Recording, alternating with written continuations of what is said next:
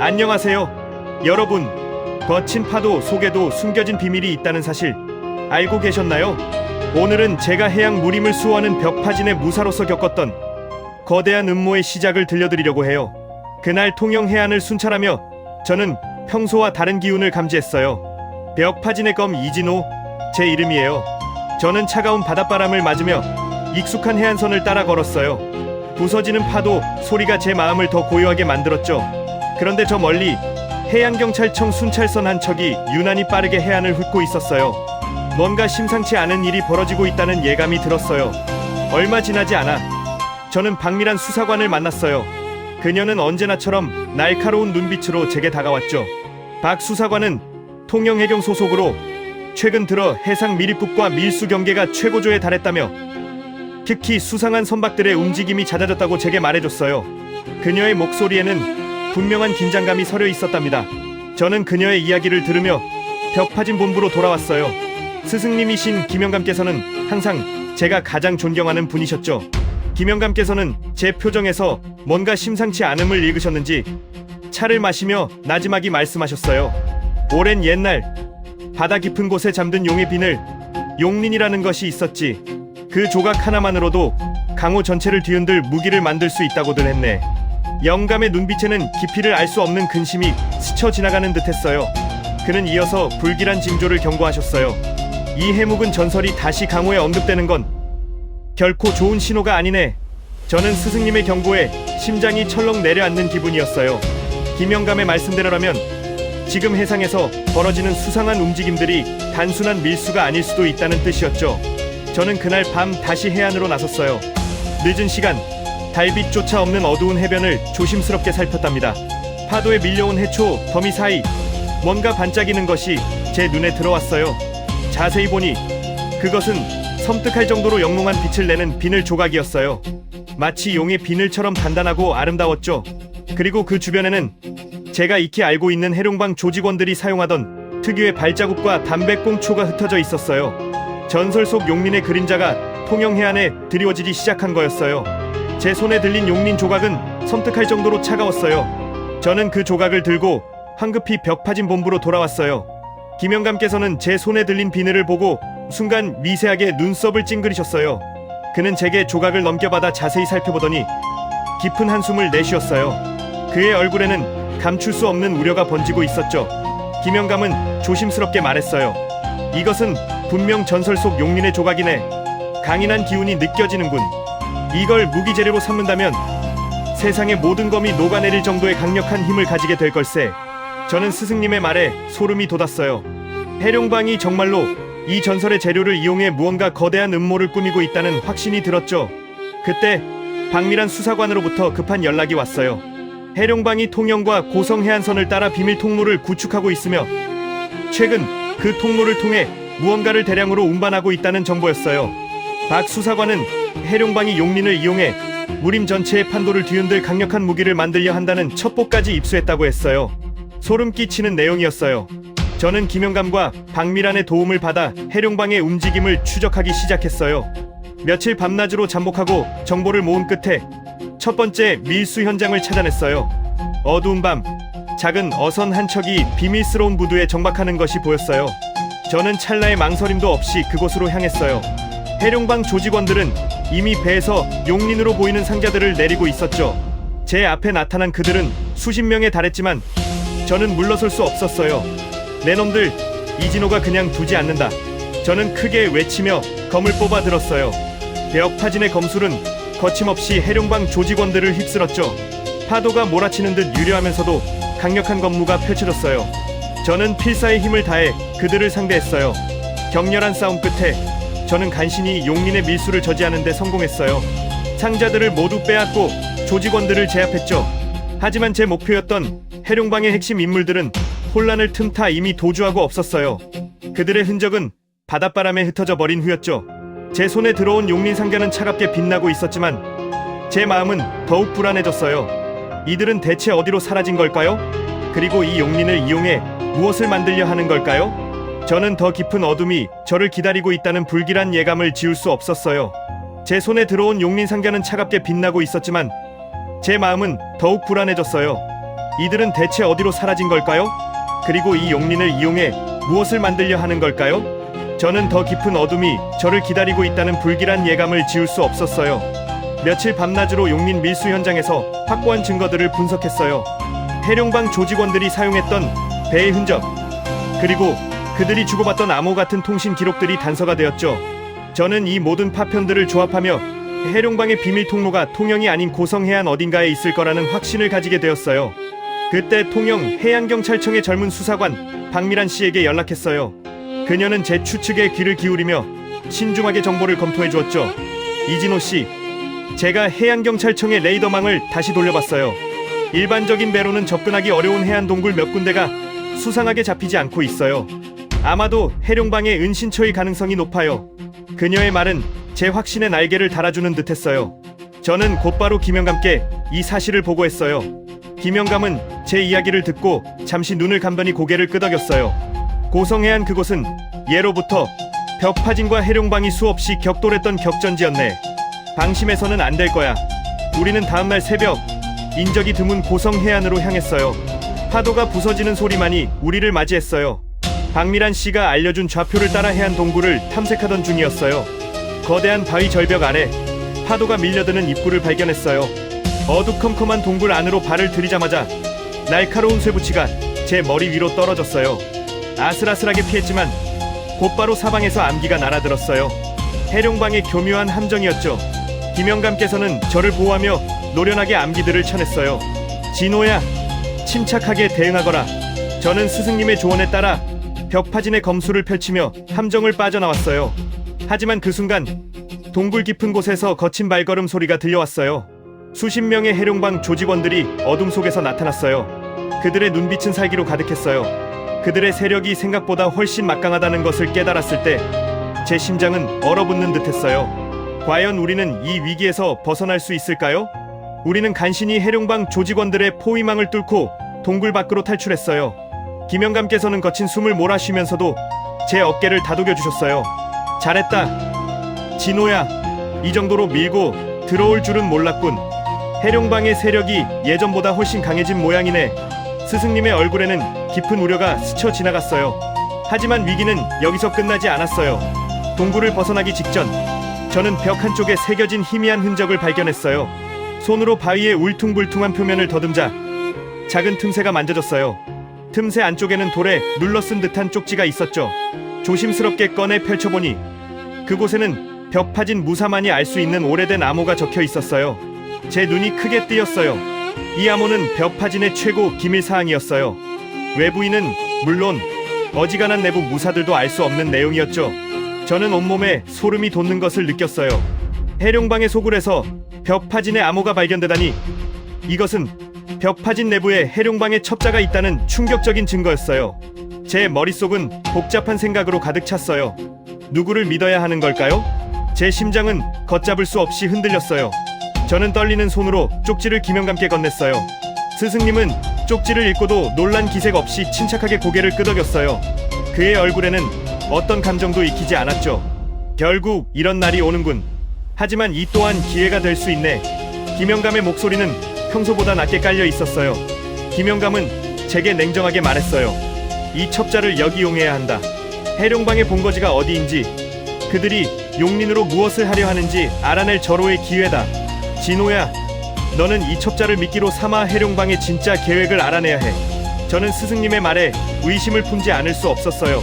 스승님은 마치 이 상황을 예견한 듯 너무나도 침착했어요. 하지만 지금 제가 기댈 곳은 스승님뿐이었기에 그 지시를 따를 수밖에 없다고 생각했어요. 첩자를 어떻게 찾아내고 또 어떻게 이용해야 할까요? 그리고 스승님은 이 모든 것을 정말 모르고 계셨을까요? 제 가슴 속에는 불안한 의심의 불씨가 피어오르고 있었어요. 스승님의 지시는 냉정하고도 명확했어요. 저는 제 안의 불안한 의심을 억누르며 김영감의 말에 따르기로 결심했어요. 해룡방 첩자를 역이용해 그들의 진짜 본거지와 용린의 사용 목적을 알아내야 한다고요. 고성해안에 숨겨진 동굴은 겉보기에는 평범한 바위굴에 불과했지만 파도 소리조차 먹어버리는 듯한 기이한 침묵이 감돌고 있었어요. 저는 조심스럽게 동굴 깊숙이 발걸음을 옮겼고 이내 습한 공기 속에 희미한 금속 냄새와 알 수 없는 화학약품 냄새가 섞여 들어오는 것을 느꼈어요.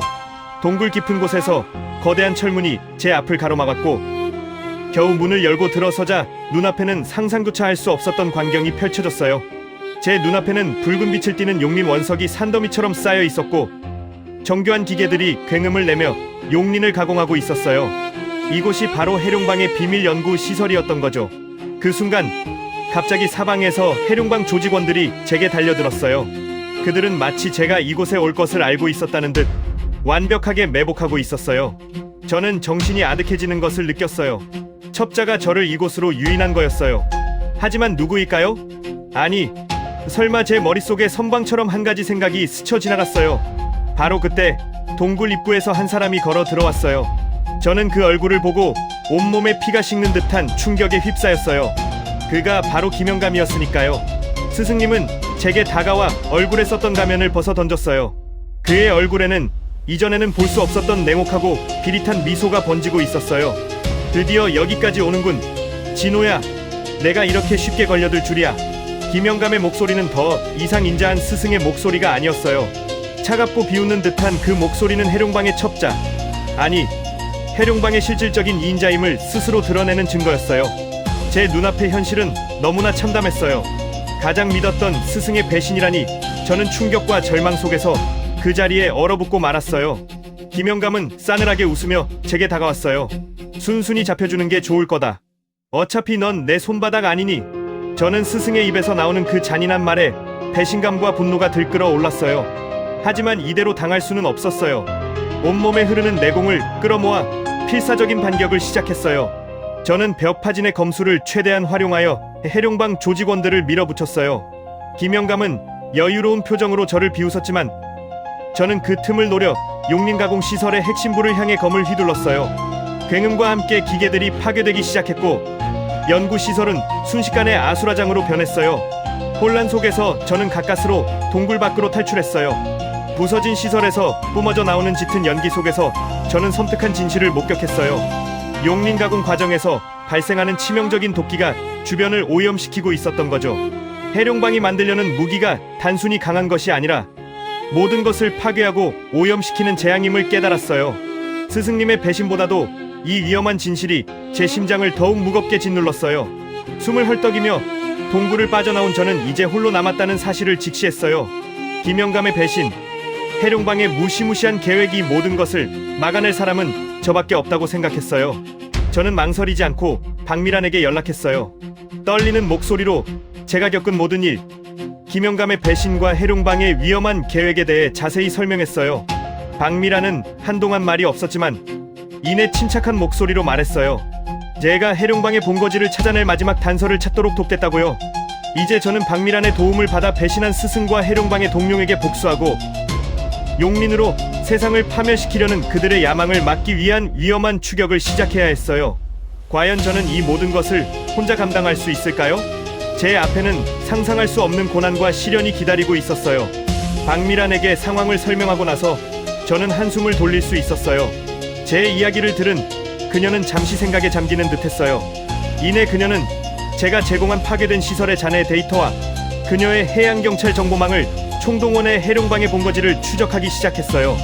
며칠 밤낮을 새어가며 그녀가 찾아낸 단서는 놀라웠어요. 해룡방의 진짜 본거지는 남해 깊은 바다 속에 숨겨진 고대 동굴이라는 사실을 밝혀냈다고 말해줬어요. 그녀의 말에 따라 저는 남해의 특정 해역으로 향했어요. 거친 파도 아래 깊고 푸른 심연 속으로 잠수해 들어갔어요. 차가운 해수는 제 몸을 감싸 안았고 수압이 온몸을 짓눌러 왔지만 저는 멈출 수 없었어요. 어둠 속에서 희미하게 빛나는 해저 동굴 입구가 모습을 드러냈고 저는 그 안으로 조심스럽게 발을 들였어요. 동굴 안은 거대한 지하 도시에 가까웠어요. 넓은 공간에는 해룡방 조직원들이 분주하게 움직이고 있었고 곳곳에는 제가 상상했던 것보다 훨씬 더 많은 용린가공 시설과 대량으로 생산된 용린 무기들이 질비하게 놓여 있었어요. 그 무기들은 섬뜩한 푸른빛을 띠고 있었고 뿜어져 나오는 냉기가 제 피부를 스치는 듯했어요. 이곳에서 만들어지는 무기들이 얼마나 파괴적일지 가늠조차 할 수 없었어요. 바로 그때 동굴 중앙에서 뿜어져 나오는 강렬한 기운이 느껴졌어요. 저는 그곳으로 시선을 돌렸고 마침내 해룡방의 수괴 동룡을 마주했어요. 그는 용린으로 만들어진 듯한 거대한 검을 들고 위압적인 기운을 내뿜고 있었어요. 그의 눈은 광기로 번들거렸고 제 존재를 발견하자 섬뜩하게 웃는 얼굴로 저를 응시했어요. 그는 낮고 굵은 목소리로 내 놈이 여기까지 찾아올 줄은 몰랐다. 벽파진의 마지막 무사 이진호라고 말했어요. 동룡의 옆에는 김영감이 서 있었어요. 스승님은 저를 보면서 알 수 없는 표정을 짓고 있었어요. 그 표정 속에서 저는 희미한 슬픔과 체념을 동시에 느꼈지만 이제 돌이킬 수 없는 배신이라는 것을 알고 있었어요. 저의 심장은 슬픔과 분노로 뒤엉켜 고통스러웠어요. 하지만 저는 이 모든 비극을 끝내야 했어요. 동룡이 용민검을 들어 올리며 제게 달려들었고 저는 주저없이 검을 뽑아 들었어요. 스승님을 향한 슬픔은 잠시 접어두고 저는 동룡과의 마지막 결전에 모든 것을 걸기로 다짐했어요. 동룡과의 사투는 제가 경험했던 어떤 전투보다도 치열했어요. 그의 용민검은 강력한 기운을 뿜어냈고 예측 불가능한 맹독처럼 저를 옥죄어 왔어요. 저는 벽파진의 모든 검술과 내공을 총동원해 그의 공격을 막아냈고 찰나의 순간을 노려 반격했어요. 용린의 기운이 뒤섞인 강렬한 충돌음이 동굴을 뒤흔들었어요. 결국 저는 필사의 각오로 벽파진의 비기 파도 검풍을 시전했어요. 제 검 끝에서 푸른 기운이 폭풍처럼 휘몰아쳤고 동룡의 용민검을 강타했어요. 쨍그랑하는 소리와 함께 그의 용민검이 산산조각 났고 동룡은 충격에 휘청이며 주저앉았어요. 저는 그 틈을 놓치지 않고 그의 목에 검을 겨누었어요. 그의 눈에서 광기는 사라지고 절망만이 남았어요. 그 순간 쓰러져 있던 김영감이 고통스러운 신음과 함께 저를 바라봤어요. 그의 얼굴에는 깊은 후회와 함께 희미한 미소가 스쳐 지나갔어요. 그는 제게 진호야, 내가 틀렸다. 이 힘은 재앙이다 라는 마지막 말을 남기고 숨을 거두었어요. 스승님의 마지막 모습은 제 심장을 더욱 아프게 만들었어요. 저는 동룡을 제압하고 산산조각난 용린 무기들과 미가공 용린 원석들을 모두 회수했어요. 동굴의 모든 시설을 파괴한 뒤 용린의 힘을 영원히 봉인할 수 있는 깊은 해저 동굴에 그것들을 안치했어요. 해룡방 조직원들은 혼란 속에서 뿔뿔이 흩어졌고 해양 무림을 위협하던 해룡방은 그렇게 와해되었어요. 모든 것이 끝난 후 저는 박미란과 함께 사건의 전말을 해양경찰에 넘겼어요. 해양 무림에는 다시 평화가 찾아왔지만 제 마음속 깊이 남은 스승님의 배신과 용린의 무시무시한 힘에 대한 경고는 저를 계속해서 맴돌았어요. 저는 이 사건을 통해 무림의 진정한 수호자가 된다는 것이 어떤 의미인지 깨달았어요. 세상은 언제나 새로운 위협에 직면할 수 있고 저희 책임은 더욱 커졌다고 생각해요. 저는 과거의 아픔을 딛고 더욱 강인하고 현명한 무사로 거듭나기로 다짐했어요. 앞으로도 해양 무림의 평화를 지키기 위해 제 모든 것을 바치겠다고 말이에요. 오늘 저의 이야기를 통해 여러분은 어떤 생각을 하셨나요? 만약 여러분이 저와 같은 상황에 놓였다면 소중한 스승의 배신을 용서할 수 있었을까요? 아래 댓글로 여러분의 생각을 자유롭게 남겨주세요. 이 이야기가 마음에 드셨다면 구독과 좋아요, 알림 설정도 잊지 마세요. 다음 이야기에서 또 만나요.